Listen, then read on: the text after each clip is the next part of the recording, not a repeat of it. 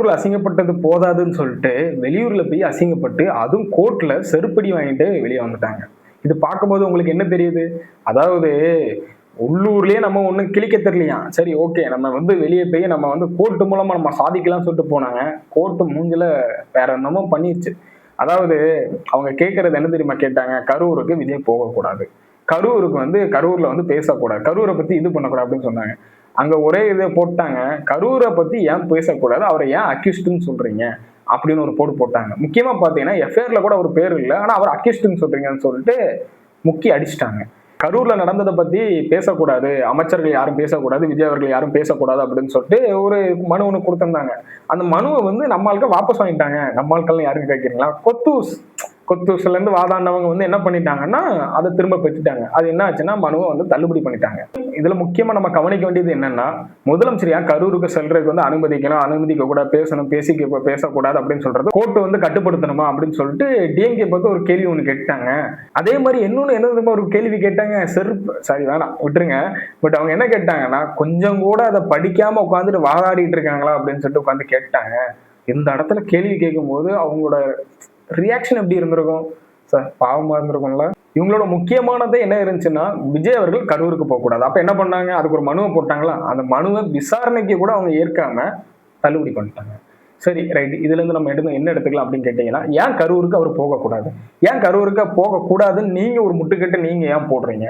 ஏன் அவங்க ஜெயிச்ச தொகுதியில நீங்க ஒரு மனுவை கொண்டு உள்ள போட்டு வச்சிருக்கீங்க?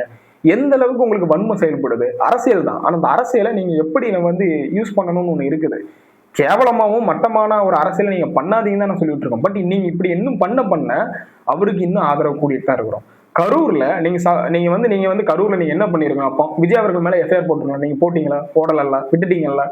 அப்ப இருந்துட்டு இப்ப இருந்துட்டு கரூருக்கு அவர் தான் காரணம், கரூர்ல இவர் தான் காரணம் அப்படின்னு சொல்லிட்டு திரும்ப நீங்க கோர்ட்டுக்கு போறது, அது அப்பவே கோர்ட்டுக்குள்ள போயிருக்கணும். அப்ப நீங்க இப்ப போறதுல என்ன பிரயோஜனம் இருக்குது? நீங்க சொல்லுங்க. அதே மாதிரி டைம்ல கரூருக்கு விஜய் அவர்கள் போகக்கூடாதுன்னா என்ன என்ன எனக்கு புரியல. எனக்கு முக்கியமா அதுல விஜய் அவர்கள் ஜெயிச்சதுக்கு ஒரு சில முக்கிய காரணங்கள் கரூர் தான். அந்த கரூர் துயரத்தை யாருமே மறக்க முடியாது. நான் டிவியில லைவ் பார்த்துட்டு இருக்கேன். அந்த லைவ் பார்க்கும்போது கூட்ட நெரிசல் வந்துருச்சு. அவரு கொஞ்ச நேரம் பேசினதுல ஸ்டாப் ஆயிருச்சு. ஸ்டாப் ஆனதுக்கு அப்புறம் அவரும் முடிச்சுட்டு கிளம்புறதுக்கு போறாரு. ஒரு உயிரிழப்புன்னு வருது, 2 ஆகுது. அப்படி கொஞ்சம் கொஞ்சமா கூடி வந்துருச்சு. 40 கிட்ட வந்துருச்சு.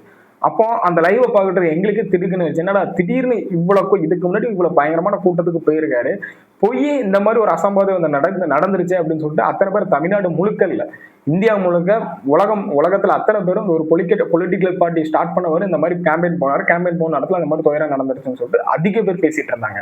ஆனா அதுக்கு காரணம் என்ன? கூட்ட நெரிசல் தானா, இல்லைன்னா உள்ள வேற ஏதாவது இஷ்யூ நடந்துச்சா, என்ன ஏதுன்னு நமக்கு தெரியாது. அது விசாரணை போயிட்டு இருக்குது. விசாரணை போறதுக்கு முன்னாடி அவர் தான் காரணம், இவர் தான் காரணம் அப்படின்னு சொல்றதுல எந்த இதுவுமே கிடையாது. நான் எப்பவும் நான் உனக்கு சொல்றேன், ஒரு தீர்ப்பு வர்றதுக்குள்ளேயும் இவர் தான் இது பண்ணாருன்னு சொல்றதுக்கு ஏதாவது ஒரு ஆதாரம் வேணும். அந்த ஆதாரம் இல்லாம இங்க எதுவுமே பேச முடியாது. ஆமா, அவர் லேட்டா வந்தாரு, வரல, அது 2வது பட்சம். பட் இதுக்கு முன்னாடி நடந்த கூட்டத்துல இந்த மாதிரி கூட்ட நெரிசல்ல யாருமே இறந்து போகல. பட் இது இங்க நடந்துருச்சு. என்ன பண்ண சொல்றீங்க? இதுக்கு இருந்துகிட்டு அவர் கரூருக்கு அவங்க பாதிக்கப்பட்ட குடும்பத்தை தான் பார்க்க போறாரு. ஆனா அவங்களையும் நீங்க பார்க்க கூடாதுன்னு சொல்லிட்டு நீங்க முட்டுக்கிட்ட போடுறதுல ஒரு பிரயோஜனம் கிடையாது. ஏன் அவங்களுக்கு எதுவும் நிதி கொடுக்க கூடாதா? எதுவுமே பண்ணக்கூடாதா? எல்லாத்துக்கும் கடந்து இருந்துகிட்டு கோர்ட்டுக்கு போறேன்னு சொல்லிட்டு போறீங்க. போங்க, ஆனா நல்ல காரியத்துக்கு போங்கன்னு தான் நான் சொல்றேன். சோபா மாடல் அரசு நடந்துட்டு இருக்கீங்க. கேஸ போடுங்க. உங்களுக்கு ஆதாரம் இருக்கு, கையில இருக்கு, இல்லாம போகுது. பட் நீங்க ஒரு கேஸ ஒரு வழக்கம் ஒன்று போட்டு விடுங்க. ஆமாங்க, குதிரைபேரம் நடக்குதுன்னு சொல்லிட்டு ஒன்று போட்டு விடுங்க. அது இதுன்னு ஆதாரத்தை கலெக்ட் பண்ணுங்க. நீங்களும் ஆதாரம் ஏதாவது அவங்க ஒரு ஆதாரத்தெல்லாம் காட்டுறாங்களோ அந்த மாதிரி நீங்களும் ஒரு ஆதாரத்தை கலெக்ட் பண்ணி நீங்களும் உள்ள போக வேண்டியதானே. அதெல்லாம் எதுவுமே பண்ண மாட்டேங்கிறீங்க. மக்களுக்கு ஆக்கப்பூர்வமா எதுவுமே பேச மாட்டேங்கிறீங்க. சும்மா சம்மந்தம் வழக்க போடுறீங்க, சும்மா சம்மந்தம் கோர்ட்டு பக்கம் போகணும்னு சொல்லிட்டு போறீங்க. உங்க ஆட்சியில் இதுக்கு முன்னாடி உங்களை பத்தி எடுத்து பேசினா நீங்க யாரெல்லாம் எடுத்து பேசினா உங்க மேல ஒரு கேஸை போட்டு விட்டுறீங்க. அதான் நடந்துட்டு இருந்துச்சு. இப்பவும் நீங்க திரும்ப இருந்துகிட்டு, அதாவது ஒரு ஆள் சொன்னாரு சட்டமன்றத்துக்குள்ள போகும்போதுல, நாங்க அதாவது எதிரி கட்சியாக செயல்படாம நல்லா ஆக்கப்பூர்வமான எதிர்கட்சியா செயல்படுவோம் அப்படின்னு சொன்னாரு. எனக்கு தெரிஞ்ச வரைக்கும் அதாவது இந்த பரம்பரை எதிரியா இருப்பாங்க தெரியுமா, அந்த மாதிரிதான் நீங்க இருக்கிறீங்க. அதுக்கு குறையாத பட்சத்துலதான் நம்ம ஆதவ அர்ஜுனா அண்ணனும் இருக்கிறாரு. அவரும் ஒருத்தர் இதுல பழி திரும்பவும் ஏதோ ஒண்ணு சொல்லிட்டாருன்னு சொல்லிட்டு பெருசா பேசிட்டு இருக்கிறாங்க. அவரும் ஒரு சில இடத்துல வார்த்தைகளை பார்த்து யூஸ் பண்ணணும்னு நான் சொல்றேன். என்ன பொறுத்தவரை கேட்டீங்கன்னா, எங்க மக்களுக்கு எது நல்லதுன்னே யாரும் பாக்குறாங்களா பார்க்கலையான்னு தெரியல. இன்னும் இறங்கி இங்க ஒரு சில பேர் வேலை செஞ்சுட்டு இருக்காங்க, பாராட்டுக்குரியது. இங்க டிவிக்கு எம்எல்ஏஸ் நிறைய பேர் இறங்கி வேலை செய்யறதை பார்த்துட்டு டிஎம்கே ஏடிஎம்ல இருக்க ஒரு சில பேர் இறங்கி வேலை பார்க்குறாங்க. ஐயோ நம்ம அடுத்த வருஷம் ஜெயிக்காம போயிட்டு தோத்துருவோமோ அப்படின்னு சொல்லிட்டு பயத்துல வேலை பார்த்துட்டு இருக்காங்க இங்க நிறைய பேர். அது நல்லது, அது எங்க மாற்றம் தான். இங்க ஒரு சில மாற்றங்கள் நடந்திருக்குதான், நிறைய இடத்துல லஞ்சம் அது கொஞ்சம் ஒழிக்கப்பட்டு இருக்குது. அதெல்லாம் வரவேற்கத்தக்கது. நிறைய பேர் வந்து பேசுறாங்க, என்கிட்ட இவ்வளவு வாங்கினாங்க அவ்வளவு வாங்கினாங்க, என் ஸ்கூலுக்கு என்ஓசி கொடுக்குற கூட 50 லட்சம் 60 லட்சம் சொல்லிட்டு துட்டு வாங்கினாங்க அப்படிலாம் வந்து பேசுனாங்க. பட் இப்ப அது இல்லை அப்படின்னு சொல்லிட்டு பேசும்போது அது மாற்றமா தான் நடந்திருக்கு. மக்களுக்கு இங்க என்ன வேணுமோ அதை பத்தி பேசுங்க. இங்க ஒரு சில பேர் மக்களை பத்தி கண்டுக்கிறாங்களா கூட தெரியல. ஒரு சாதாரண மனுஷன் இங்க ரோட்ல நடமாடுறது இன்னும் நமக்கு உண்மையை சொல்ல போனா இன்னும் அந்த இதெல்லாம் இருக்குது. ஒரு சில அதை நம்ம சொல்ற சட்ட ஒழுங்குலாம் இருக்குது. ஒரு சில பேரை பார்த்தாலும் பயமா இருக்குது. திடீர்னு இருக்கிறானா, திடீர்னு சண்டை போடுறானுங்க, திடீர்னு அங்க பார்த்தா வெட்டிட்டான்னு சொல்றானுங்க, 4 பேர் சேர்ந்து ஒரு கும்பல் வெட்டிட்டான்னு சொல்றானுங்க. இது எங்க போய் முடிவது? இதை தடுங்க. அதே மாதிரி மக்களுக்கு இங்க என்ன தெரியும் அதை பத்தி பேசுங்க. எதுவுமே இல்லாம இன்னும் நீங்க பகை உணர்ச்சியிலேயே பேசுற மாதிரி 2 கட்சியும் அடிச்சுட்டு இருந்துச்சுன்னா அப்ப நீங்க என்னைக்குதான் மக்களை பத்தி நீங்க யோசிக்க போறீங்க? முக்கியமா டிஎம்கேக்கு சொல்றேன், ஜென்சி மீட்டிங் சொல்லிட்டு ஒரு கோமாளித்தனத்தை பண்ணிட்டு இருக்கிறீங்க. அதே அதே செகண்ட்ல மக்களுக்கு இங்க என்ன வேணும்னு சொல்லிட்டு நீங்க பேசுன மாதிரி எனக்கு தெரியல. எங்க என்ன வேணும்? இப்ப நீ ஒரு நல்ல எதிர்க்கட்சியா இருக்கிறவங்க என்ன பண்ணும்? மக்களுக்கு எங்க என்ன நடந்துட்டு இருக்குது, என்னென்னலாம் அவங்களுக்கு ஃபேஸ் பண்றாங்க, அதை வெளியே கொண்டு வாங்க. ஏன் கொண்டு வர மாட்டேங்கிறீங்க?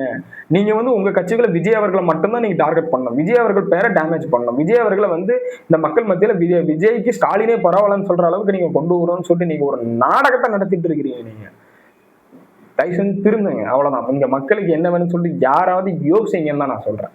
விஜய் அவர்கள் வந்திருக்கிறாரு, டைம் கொடுக்கணும். அவர் பதவியேற்ற அடுத்த நாள்ல இருந்துட்டு உடனே நீங்க ஒரு அரசு இதான் அரசியல்னு சொல்லிட்டு சொல்லாதீங்க, புரியுதா? நீங்க அரசியல் நல்ல அரசியலை பண்ணுங்க தான் சொல்றோம். இன்னும் நீங்க அரசியல் சாக்கடைத்தனமாவே நீங்க பண்ணிட்டு இருக்கீங்கன்னா ஒன்னும் உங்கள்கிட்ட பேசி பிரயோஜனம் இல்லை. நான் எல்லா கட்சிக்கும் சேர்த்து தான் சொல்றேன். இங்க டிஎம்கே ஏடிஎம்கே டிவிக்கு எதுவுமே கிடையாது. இப்போ கோர்ட்டுக்கு போயிருக்காங்க, கோர்ட்ல அவ்வளவுதான் முடிஞ்சிச்சு. கோர்ட்ல என்ன சொல்லிட்டாங்க, திருப்பி ஒரு பதில் அவங்களுக்கு வந்து எப்படி ஆயிடுச்சுன்னா கோர்ட்ல ஒரு கேஸை போட்ட மாதிரி ஆகிப்போச்சு. அங்க பல்ப் வாங்கிட்டு திரும்ப வந்துட்டாங்க, அவ்வளவுதான். வேற இதனால நீங்க ஏதாவது யூஸ் ஆச்சா? நீங்க இப்ப கோர்ட்டுக்கு போனதுல ஏதாவது யூஸ் ஆச்சா? உங்களுக்கே தெரியும் இது யூஸ் ஆகாது. தெரிஞ்சுதான் நீங்க மேல போயிருக்கீங்க. ஏதாவது ஒரு விதத்துல நம்ம கிடைச்சிருமான்னு பாத்தீங்க. அது எல்லாருக்கும் இங்க தெரியாது, நடக்க போறது கிடையாதுன்ட்டு. பட் அங்க தீர்ப்பு கொடுத்துட்டாங்க, முடிஞ்சிருச்சு.